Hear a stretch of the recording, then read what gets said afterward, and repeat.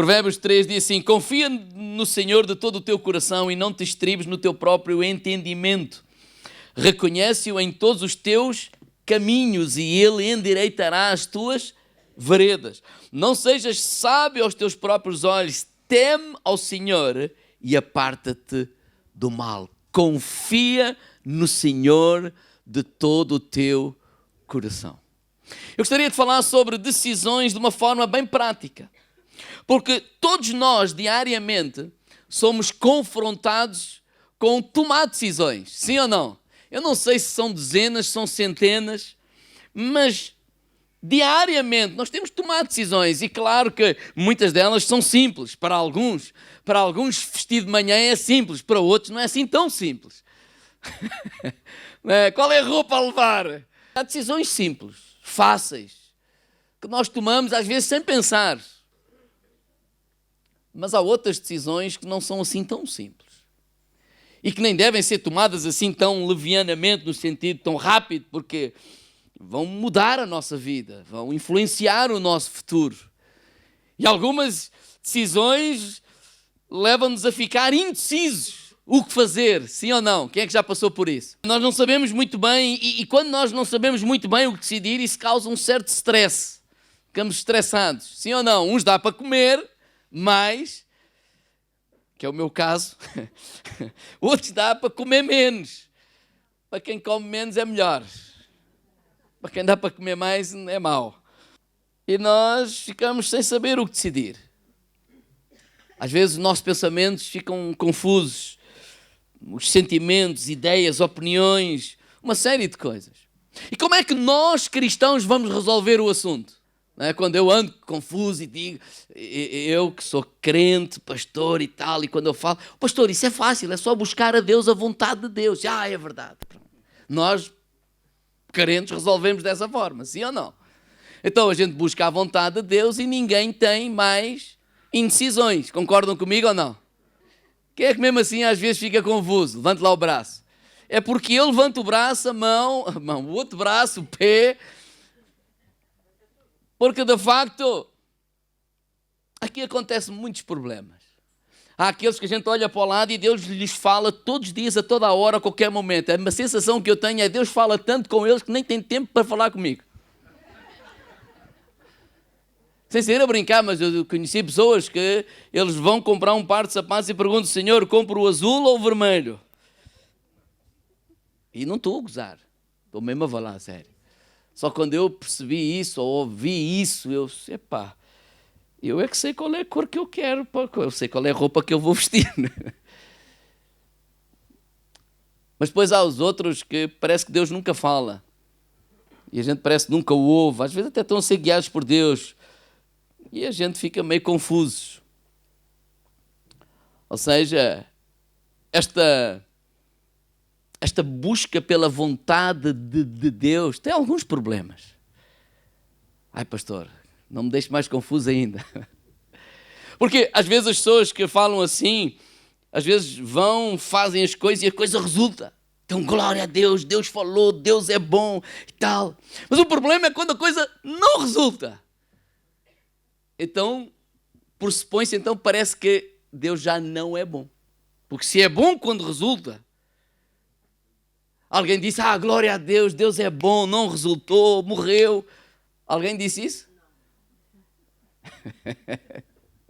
Então, pressupomos, por exemplo, isto é só para vos deixar confusos. Por exemplo, o tempo de Covid, alguém se safou, glória a Deus, Deus é bom, mas alguém não se safou, morreu. E o que é que a gente diz? A mulher está calada, não é?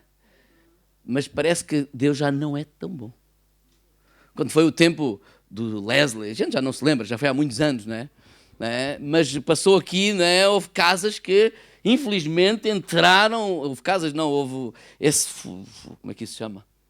Furacão entrou em casas de nossos irmãos e estragaram. Parece que Deus já não é assim tão bom. Eu percebo que a gente diz isso, Deus é bom, não é por mal. Não é por mal, não, é mesmo Deus é bom, ponto. Mas independente do que aconteça, Deus é bom, ponto.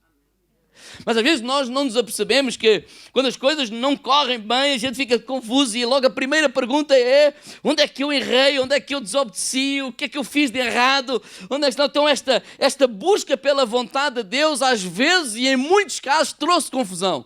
Em muitos casos trouxe ansiedade, culpa, frustração, desapontamento e em muitos casos ainda deu margem a gente fazerem coisas irresponsáveis. Gente que foi irresponsável.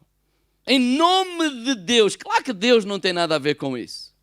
E eu creio que às vezes o grande problema não é nós descobrimos qual é a vontade de Deus. Eu creio que o grande problema é o conceito que nós temos acerca da vontade de Deus. E eu não estou a dizer que nós não devemos orar. Claro que nós devemos orar.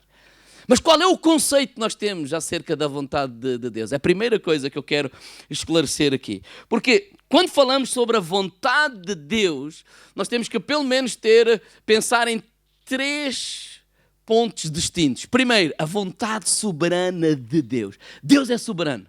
Deus faz o que quer, quando quer, a hora que quiser. Ele é o Senhor, Ele é o Alfa, Ele é o Ômega, Ele é o princípio, Ele é o fim. Ele é soberano sobre tudo e sobre todos. Por isso temos versículos que dizem, por exemplo, em Isaías: operando Deus, quem pode impedir? Ninguém. Temos versículos como em Apocalipse, capítulo 3, em que ele diz: olha, a porta que Deus abre, ninguém pode fechar. Porta que Deus fecha, ninguém pode abrir. Quer dizer, é a soberania de Deus. Ou seja, nós compreendemos, e quando olhamos para a palavra de Deus, para a história da Bíblia, nós vemos que Deus levanta profetas, Deus derruba reis, Deus levanta nações, Deus abate impérios, faz soprar o vento, faz parar o sol. Ele é soberano, Ele opera o que Ele quiser, da forma que Ele quiser, porque Ele é soberano. Está acima da nossa vontade, está acima dos nossos desejos. Ele é o Senhor. A morte de Jesus na cruz é um grande exemplo da vontade soberana de Deus.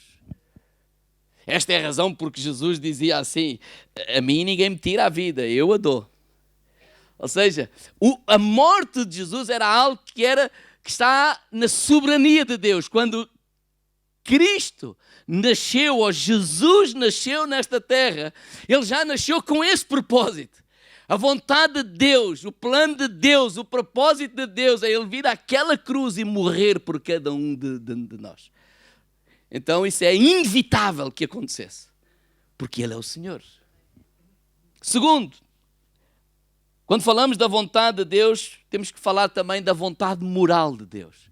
Essa vontade moral é esta palavra revelada, ou os mandamentos revelados, os princípios da palavra de Deus: não matar, não roubar, não cobiçar, não mentir, ser generoso, etc. São princípios que estão revelados aqui na palavra de Deus e refletem o caráter de Deus. E nós, como filhos de Deus, criados à imagem e semelhança de Deus, devemos refletir o caráter de Deus na nossa vida. Quando falamos sobre a vontade moral, estamos a falar de princípios, de valores, de éticos, que está aqui estabelecido na palavra de Deus. Então há a vontade soberana, há a vontade moral e há a vontade específica de Deus. E essa vontade específica é aquela que eu acho que nós temos mais problemas. Porque a questão é: eu caso com a loura ou com a morena? Qual é a tua vontade, Senhor? Eu tenho 2 trabalhos. Eu vou para um ou para o outro. Muitos de vocês vieram para Portugal. Eu vou morar aonde? Na Figueira ou no Algarve? Tudo é Portugal. Não tão bonito como a Figueira, é claro. Mas é diferente morar na Figueira ou morar em Faro ou morar na Guarda. Qual é a tua vontade? Eu acho que é aqui que nós temos problemas. É aqui que nós queremos que Deus nos diga qual é a sua vontade. Nós não queremos errar. Quem é que está aqui que gosta de errar? Mas diga ao meu lado: mas tens de tomar responsabilidade.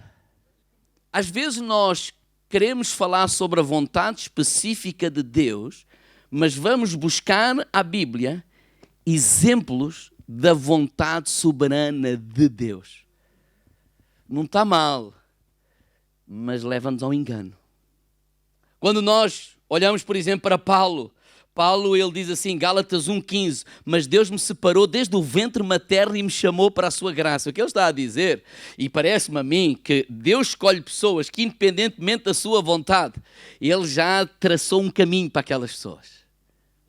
Claro que nós temos uma decisão a tomar. Quando Jeremias disse, Deus disse a Jeremias, antes que tu fosse formado no ventre te conheci, antes que saísse da madre santifiquei, as nações te dei como profeta. Então quando eu olho para alguns exemplos da palavra de Deus, às vezes nós usamos esses exemplos para ensinar sobre como tomar decisões, e às vezes os exemplos que estamos aí a buscar são exemplos da soberania de Deus. Por exemplo, José. Eu quero ser como José. Bem, a mim Deus não me deu um sonho como deu a José. José não se tornou o primeiro-ministro do Egito porque quis. Porque algures ele pediu a direção de Deus e ele... Não, eu creio, e nós vemos aqui a palavra de Deus, é que esse era o propósito de Deus para a vida dele. Tanto que aquilo que aconteceu, ser vendido, ser rejeitado e parar à prisão, nada disso parece a vontade de Deus. Mas anos mais tarde, em Gênesis 45, quando ele se dá a conhecer aos irmãos, onde eles ficam estupefactos, como é que o José ainda está vivo? E agora pensava que José se ia vingar. Ele disse, não, fiquem descansados. Foi Deus que me trouxe até aqui para preservar a vossa vida. Ou seja, ele reconheceu que há aqui alguma coisa que está a acontecer que tem a ver com a soberania de Deus. Vai para além da minha vontade, vai para além do meu desejo, vai para além... Não, até ele ficou meio confuso que aquele desejo ia ser, não é? Ele ia ser o maior, ou seja, tanto que os irmãos dizem, ele tem um sonho e ele partilha o sonho e aquele sonho era simples. Ele ia ser o maior e todos iam se vergar. Isso pode ser interpretado como vaidade, isso pode ser interpretado como uma série de coisas. Mas a verdade é que tem a ver com a soberania de Deus. O problema é quando nós vamos buscar estes versos e vamos querer ensinar como tomar decisões em alguma coisa que tem a ver com a soberania de Deus. Porque onde eu quero chegar, irmãos? Sim, senhora, Deus escolheu Moisés. A escolha de Moisés foi um ato da soberania de Deus. Quem apareceu a Moisés na sarça ardente foi Deus. Quem decidiu aparecer a Moisés foi Deus. Quem decidiu escolhê-lo foi Deus. Não foi Moisés que decidiu ser aquilo que ele foi. Concordam comigo ou não? Então a questão é, amamos o Moisés, aprendemos milhares de coisas com o Moisés, mas como tomar decisões não na pele de um Moisés, mas na pele de um israelita normal, em que não fui chamado para ir libertar o povo do Egito, mas eu sou um filho de Deus. Há decisões que eu tenho que tomar, há escolhas na vida que eu tenho que fazer. Quais são os princípios da palavra de Deus? É nesse sentido, e eu não estou a pôr de lado, está bem? Moisés, nem toda essa gente maravilhosa que nós aprendemos e pregamos cada dia, mas aquilo que eu sinto nos levar nesta manhã e olhar, pôr-nos na pele de um simples israelita, que ele tem decisões a tomar, ele tem uma vida para levar. É porque hoje, às vezes, quando se fala, é que todos temos que ser Moisés. Todos temos que ser Cristianos Ronaldos, todos temos que ser presidentes da República, todos temos que ser primeiros-ministros, todos temos que ser ricos, todos temos que ser milionários. Diga ao irmão lá, não, nem todos vamos ser isso. Sim ou não? Mas isso não significa que não tenhamos sucesso. Certo? Pode haver alguém que ainda vai ser presidente da República. Mas se calhar não é a maioria do que está aqui. Conselhos práticos para tomar decisões importantes e para nos aliviar o stress na hora de as tomar. Primeiro ponto, escreva aí, sabedoria. Primeiro ponto é, pede sabedoria a Deus. Provérbios capítulo 3, verso 7, já lemos, mas vamos voltar, se a Bíblia está aí aberta. Diz, confia no Senhor de todo o teu coração, não te estribes no teu próprio entendimento, reconhece-o em todos os teus caminhos, Ele endireitará as tuas veredas. E no versículo 7 ele diz assim, não sejas sábio aos teus próprios olhos. Pede, em primeiro lugar, sabedoria a Deus para dirigires a tua vida. para te fazeres andar com diligência. Vocês lembram-se que Davi, depois de matar o Golias, ele foi convidado para ser o chefe lá do exército, lá do rei Saul, e diz que ele se conduzia com prudência. As pessoas achavam graça. Não era engraçado. Tem a ver com sabedoria. Tiago 1,5 diz assim, olha, se alguém tem falta de sabedoria, peça a Deus. Agora, não é a sabedoria para escolher, eu caso com a loura ou com a morena. Até porque a loura às vezes torna-se morena e a morena torna-se loura. Fora de brincadeira. Não. É sabedoria para quê? Para discernir o mundo em que nós vivemos. Sabedoria para quê? Para discernir as circunstâncias. Sabedoria para quê? Para discernir o ambiente, para discernir a realidade do ponto de vista de Deus. De uma forma muito simples. O que é sabedoria? É ver o mundo com os olhos de Deus. Que eu não veja só apenas aquilo que é visível. Que eu não deixe-se encantar apenas com aquilo. Não, uau, aquele emprego, aquilo é o melhor, aquilo, não, eu vou ganhar mais, certamente é melhor. Não, uau, mas Senhor, dá-me sabedoria. Eu preciso de discernimento. Quando a gente está tão fascinados com uma coisa, a gente nem consegue pôr as coisas na balança dos prós e dos contras, não. A gente só vê prós, só vê contras, depois já lá está. Diga ao irmão lá, de sabedoria. Sabedoria. Provérbios 24:3 diz, com sabedoria se edifica a casa e com inteligência ela se firma. Então precisamos de sabedoria para edificar a casa, mas não só, para firmar essa casa. Parece aquelas viagens quando a gente vai daqui para o Algarve, sempre na autoestrada, mete no cruise control 120 e passa assim um Ferrari. E a gente continua. Aquilo são umas horitas, não é? E depois, passado um bocado, passa o mesmo Ferrari. Pum! Quer dizer que ele parou, esteve a fazer não sei o quê, e a gente a 120 lá chegou. Às vezes a nossa vida parece que não somos um Ferrari. Pum! Mas vai lá, vamos andando, vamos caminhar. Não destruímos nada que construímos, etc. Então às vezes a gente fica só a olhar para a velocidade. Não, sabedoria. Diga, irmão, lá de sabedoria. Primeiro ponto, escreve aí no caderno, sabedoria. Segundo, valores. O segundo ponto é este, mantém-te dentro dos limites da vontade moral de Deus. Vamos ler outra vez o versículo 7. Diz, não sejas sábio aos teus próprios olhos. E olha o que diz aí, teme ao Senhor e aparta-te do mal. Teme ao Senhor. Temer ao Senhor, nós dizemos muitas vezes que é não ter medo. Eu gostaria de confundir-vos hoje um bocadinho. E é ter respeito, ter honra, honrar, respeitar. Mas sabe uma coisa? Que nós temos que sair desse lugar de medo. Porque esta mentalidade de alguns que é, não, estamos aqui à vontadinha. Não. Quando eu olho para a Bíblia, sempre que há estas palavras não temas, foi quando Deus apareceu. Não é? Uma epifania de Deus, algo extraordinário que está ali a acontecer, e aquelas pessoas ficam com medo, naturalmente. Eu não fico assim, é o anjo do Senhor. Não, há um medo natural, que eu estou perante algo mais poderoso que eu, algo fora do meu controle, algo que se esta coisa que está aqui a acontecer quisesse, olha o Moisés diante da sarça ardente, o que é isto? Está a arder, mas não arde. Há aqui qualquer coisa bem superior a mim. E o não temas quer dizer que eles começaram com medo, naturalmente. Naturalmente.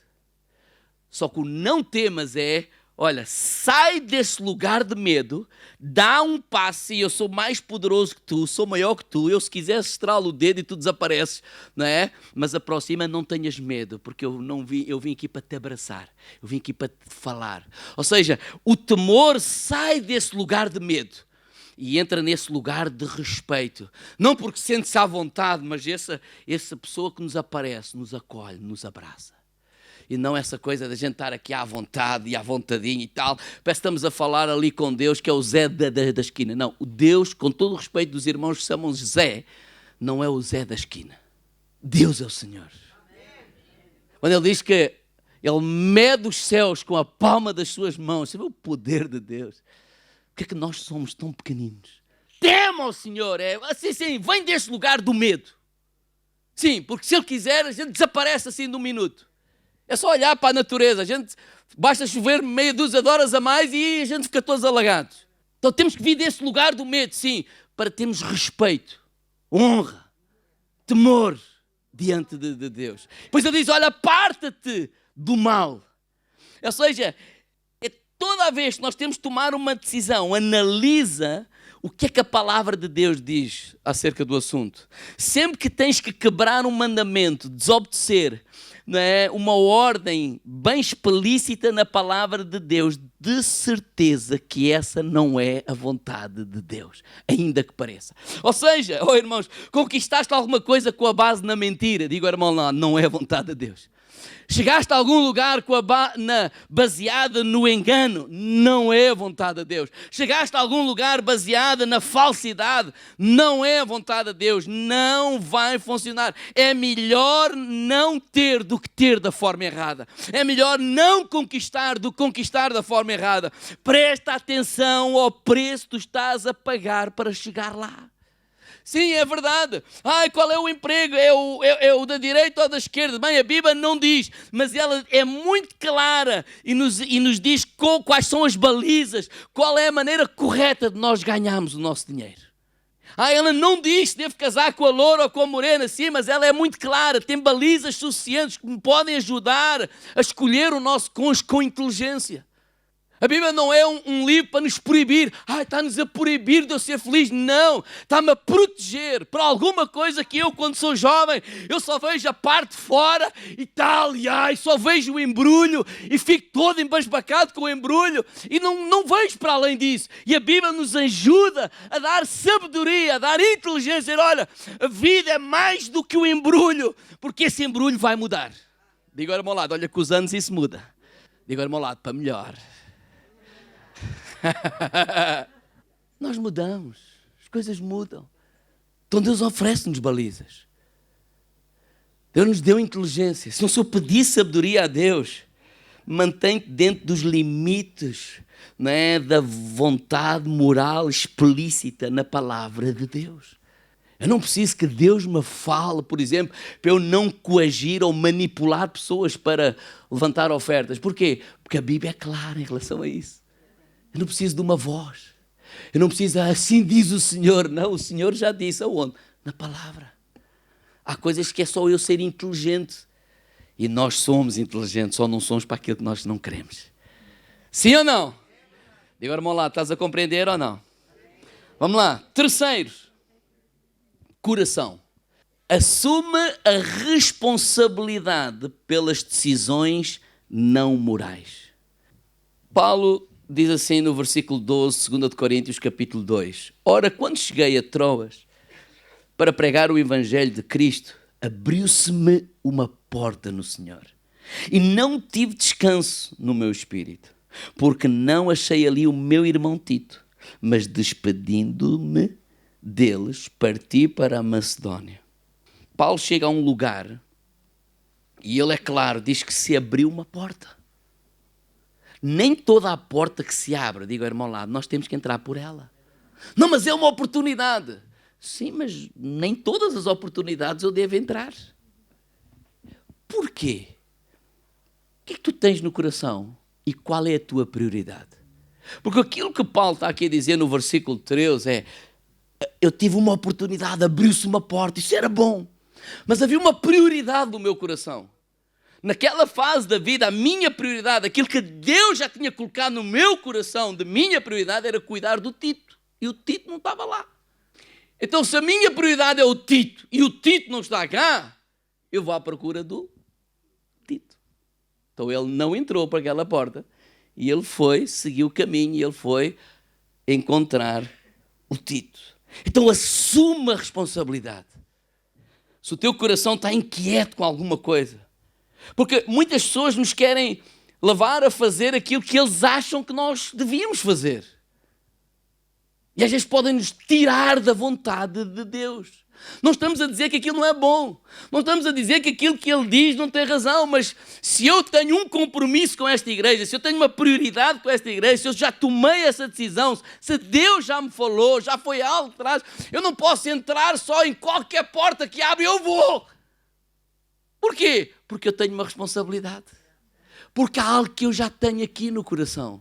Porque há algo que é a minha prioridade e eu tenho que cumprir a minha prioridade. Então a questão não é a porta que tu entras ou deixas de entrar. A questão é esta certeza no teu coração, não é? Que estás a obedecer a Deus, a fazer os planos de Deus, não é? A cumprir com os seus valores, a depender de Deus e assumir a responsabilidade. Não, eu digo que não é isso. Mas se é de Deus, ok, eu assumo. Eu não posso dizer que sim a tudo. Porque aquelas pessoas que querem fazer tudo, normalmente, digo ao irmão lá, não fazem nada. Então, uma vez que pedimos sabedoria a Deus, depois devemos assumir a responsabilidade e decidir. Não, é a nossa responsabilidade. Então vamos assumir. Quarto conselho. Pede conselho a pessoas fiéis e maduras. Provérbios 11, versículo 14. Na multidão dos conselheiros há segurança. Ou seja, nós vemos na palavra de Deus muito valor a nós sermos humildes e pedir conselho. Não estou a dizer que temos que seguir os conselhos todos que ouvimos. Mas digo ao irmão lá, mas tem o hábito de pedir, de ouvir outros. Provérbios 15, 22 diz assim: onde não há conselho, fracassam os projetos, mas com os muitos conselheiros há bom êxito. Então pede ajuda. Ou pessoas fiéis, ou pessoas cheias de Deus, de temor de Deus, ou pessoas maduras, ou pessoas sábias. As pessoas que escolhemos para ouvir antes das nossas decisões revelam muito das nossas intenções. Porque normalmente a gente só quer ouvir quem? Quem vai dizer aquilo que eu quero ouvir, escutar. Sim ou não? Das decisões, uma das decisões mais importantes da minha vida, que é, embora hoje eu compreenda e olhe para trás e saiba que essa era a vontade de Deus e tem a ver com a soberania de Deus e hoje eu não poderia fazer qualquer outra coisa. Mas foi quando continuar a pastorear, depois do que me aconteceu, eu fui pedir conselho, não só aos meus colegas, etc., mas a alguém que não era da minha roda, da nossa igreja, fui pedir um conselho a um pastor batista, tradicional, porque eu queria ouvi-lo. O que é que ele diz? O que é que ele entende que as Escrituras dizem? Isso foi importante. Porque provavelmente eu ia ouvir alguma coisa que eu não esperava, não me importa. Eu quero ouvir a vontade de Deus, eu não quero ouvir a minha vontade. Isso eu já ouço.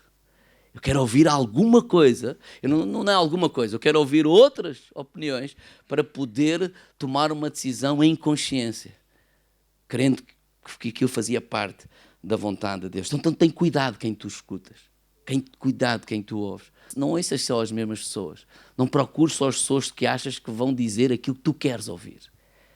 Quinto, descansa na vontade soberana de Deus. Vamos pedir sabedoria a Deus. Deus, dá-me sabedoria. Sabedoria é ver as coisas com os olhos de Deus. Mantém-te, segundo lugar, dentro dos limites da vontade moral de Deus. Aquilo que a Bíblia é clara. Assuma a responsabilidade pelas decisões não morais. Nem toda a porta que Deus abre que eu tenho que entrar. Pede conselho a pessoas fiéis, em quarto lugar. E em quinto, descansa. Diga, irmão lá, descansa na vontade soberana de Deus. Vamos abrir em 1 Coríntios 16. Eu vou pedir para vocês abrirem, está bem? Paulo era um homem que assumia responsabilidades. Tomava decisões. A vida não para. Já viu aquela pessoa que está à espera, caso que a loura e que a morena, já passaram-se 10 anos, a morena já casou, a loura também, e ele aqui ainda não. A vida não para. Há decisões que a gente tem que tomar. Não te precipites também, está bem? Mas há uma altura que a decisão tem que ser tomada. Não podemos ficar aqui, tipo, o mundo parou. Não. E Paulo, quando eu olho para o apóstolo Paulo, ele é alguém que ama a Deus, ele é alguém que tem intimidade com Deus. Eu estou a falar para pessoas que têm intimidade com Deus, atenção.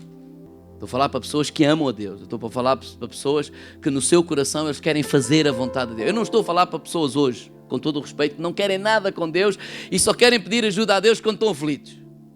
Não, estou a falar para pessoas que no seu coração, como é o meu, nós queremos fazer a vontade de Deus. Sim ou não? Queremos acertar. Não acertamos sempre. Claro que não. Então, em último lugar, descansa. Descansa o quê? Na soberania de Deus. Então sim, nessa vontade soberana. Diz aqui, olha, 1 Coríntios 16, verso 5, diz assim, Paulo está a falar e ele está a dizer, olha, eu vou ter convosco. Ou seja, eu estou a planear e ter convosco. Depois de ter passado pela Macedónia, porque eu tenho que passar pela Macedónia. Bem, pode ser que fique convosco e passe também o inverno, para que me acompanheis aonde quer que eu for. Porque não vos quero ver agora de passagem, não é? Visita de médico, mas espero ficar convosco algum tempo, se o Senhor me o permitir. Ficarei, porém, em Éfeso até o Pentecostes, porque uma porta grande e eficaz se me abriu e há muitos adversários. Quer dizer, o facto de Deus ter aberto uma porta não significa que não há adversários. É aqui um ponto que está aqui, mas não vamos falar dele hoje. A atitude de Paulo era este, ele planeia, ele faz planos, a vida dele está em movimento, mas há algo que é muito interessante, ele pede sabedoria a Deus, porque neste planear, há pedir sabedoria a Deus. Eu disse, nós somos pessoas que temos comunhão com Deus, somos pessoas que oramos todos os dias, somos pessoas que lemos a Bíblia, somos pessoas que temos no nosso coração fazer a vontade de Deus. Então não é alguma coisa que fazemos uma vez, não, nós fazemos-lo diariamente. Vamos pedindo sabedoria a Deus, vamos assumindo as nossas responsabilidades, não é? Tomando as nossas decisões, assumindo as responsabilidades, olha, de acordo com o que está no meu coração, ou que Deus colocou no meu coração, de acordo com aquilo que é a minha responsabilidade. Eu ouço pessoas, eu pergunto, eu falo, eu partilho, eu não estou a quebrar mandamento nenhum. Então, em consciência, eu não estou a desobedecer a Deus, eu estou a fazer a vontade de Deus. Agora, quando eu digo descansa na vontade soberana, porque aí no versículo 7 ele diz, se o Senhor permitir, não é um slogan para nós dizermos até amanhã se Deus quiser. Isto não é um slogan, sublinhe isso. Isso é nós reconhecermos que nós fazemos planos, nós planeamos, nós organizamos, nós, dentro daquilo que nós pensamos ser a vontade de Deus, acreditamos, às vezes está mais claro, outras vezes está menos claro, etc. Mas sabemos isto, a minha vida não é minha, ela está nas mãos do Senhor. E Deus, eu estou aqui para fazer a tua vontade. Provérbios 16, 9, o coração do homem traça o seu caminho, mas o Senhor dirige os seus passos. Sabe o que é que ele está a dizer? Para ele Deus é como um GPS. O GPS, quem é que já sabe? Vocês sabem, não é? Quem é que tem um GPS, não é? Qualquer telefone tem. Não é? A gente vai, e se a gente anda nas grandes cidades é uma chatice, não é? Porque diz cortar à direita, e a gente passou, aquilo tem um espaço ali de 50 metros, e aquilo às vezes tem aquele delay um bocadinho, e a gente entrou antes e afinal era só na depois, ou seja, enganámos-nos. E o que é que o GPS faz? Seu burro!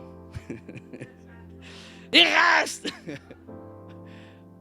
A gente mandava logo o GPS para a janela.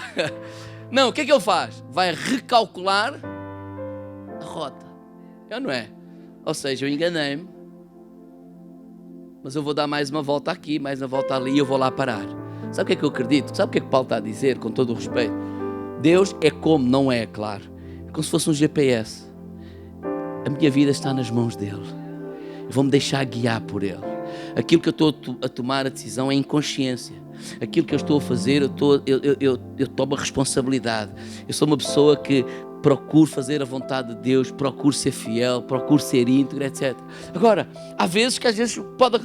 mas e se essa não for a vontade de Deus? E se Deus tiver outra coisa? Se Deus tiver outra coisa, Ele sabe onde é que eu durmo. Ele sabe onde é que eu ando. Na verdade, eu não tenho comunhão com Ele uma vez por mês, eu tenho comunhão com Ele todos os dias. Então Ele sabe como me falar. E até quando eu não estou a ouvir, Ele sabe como me chamar a atenção. Porque se a Moisés Ele conseguiu pôr uma sarça a arder, eu não estou-lhe a pedir que Ele meta-me sarças a arder. Eu não vou viver angustiado que estou a fazer alguma coisa que não seja a vontade de Deus. Eu vou viver tranquilo. Eu não estou a falar de uma pessoa que está a viver em pecado tranquilo. Eu estou a falar de uma pessoa que teme a Deus e que eu tenho visto muitas pessoas, que eu aconselho muita gente, e que andam angustiados porque alguma coisa não está a correr bem, é porque se calhar erraram. Não andem angustiados. Quando alguma coisa há tribulação, não significa que não é a vontade de Deus. Nós vemos isso na Bíblia. O Estevão fez a vontade de Deus, foi morto. O Paulo estava a fazer a vontade de Deus, foi preso, foi chicoteado. Quer dizer, há tantos exemplos na Bíblia. Porque senão ficamos tipo com medo de Deus. Então ficamos com medo de errar. Então ficamos, eu devo fazer, não devo fazer. É a vontade de Deus, não é a vontade de Deus. Sei que é. E depois vai acontecer duas coisas. Quando a gente acerta, a gente acha-se o herói. Aleluia, sou muito espiritual. Quando a gente erra, a gente acha-se o pior deste mundo. Não, nem és o melhor deste mundo. Digo ao irmão ao lado, nem és o pior deste mundo. És um filho de Deus amado. Quando acertou, obrigado pela tua graça, obrigado pela tua misericórdia. Quando errou, ou a gente pensa que errou, dizer: Deus, a minha vida está nas tuas mãos, tu sabes onde eu durmo, mas eu vou viver tranquilo. Diga ao irmão ao lado, vive tranquilo, vive tranquilo. E eu termino com mais uma pergunta: será possível um cristão tomar todos estes cuidados e ainda assim tomar decisões erradas? Diga ao irmão ao lado, claro que sim. Claro que sim, porquê, irmãos? Porque na verdade nós não sabemos o nosso futuro. A nossa maturidade cristã, a nossa experiência na vida, o que conseguimos juntar de informações talvez não seja suficiente para tomar a melhor decisão. Mas não fiques angustiado com isso. Porque eu aprendi também uma coisa: Deus não abençoa decisões, Deus abençoa intenções. Qual é a tua intenção? Fazer a vontade de Deus, é amar a Deus. Tens uma pessoa que lês a Bíblia, tens uma pessoa que vens à casa de Deus, tens uma pessoa que adoras. Então alguma coisa não está a correr tão bem, precisamos mudar qualquer coisa. Ele vai nos orientar. Deus vai te dar sabedoria. Deus te vai dar graça. Agora, irmãos, eu não quero um povo, porque eu não vejo isso na Bíblia, andar angustiado e com medo de Deus.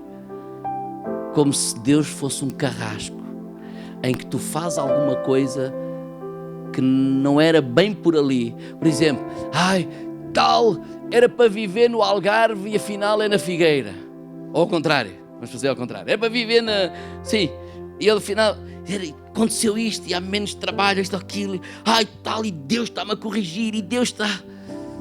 irmãos, eu não consigo ver esse Deus. Eu não consigo me relacionar com esse Deus. Não consigo ver esse Deus na Bíblia.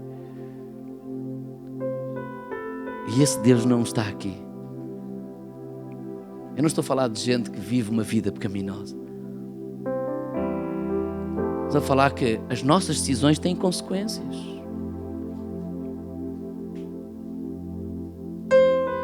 Então há coisas que são consequências das nossas decisões, da terra onde vivemos, do marido que escolhemos, da esposa que escolhemos, uma série de coisas. Então isso não significa que foi mal escolhido, significa que às vezes nós não estamos preparados para as consequências. Por isso avisamos os nossos filhos.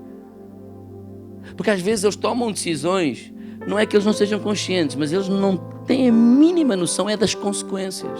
E a gente só quer alertar: olha, essa decisão tem estas consequências. Já pensaste nelas? Já estou consciente. Ok. Isso é uma questão de sabedoria. E estar consciente do caminho que eu quero trilhar. Queres trilhar esse caminho? Estás consciente? Vamos correr o risco? Quero correr, então vamos. Mas tenho que estar consciente. Uma das coisas que mais me entristece, mesmo entristece-me o meu coração muito, é o pessoal culpar Deus. Como se Deus fosse um carrasco que permite a gente sofrer e andar a apanhar na vida coisas que temos de ser conscientes. Somos nós que tomamos essas decisões. Sim ou não? Vamos ficar de pé.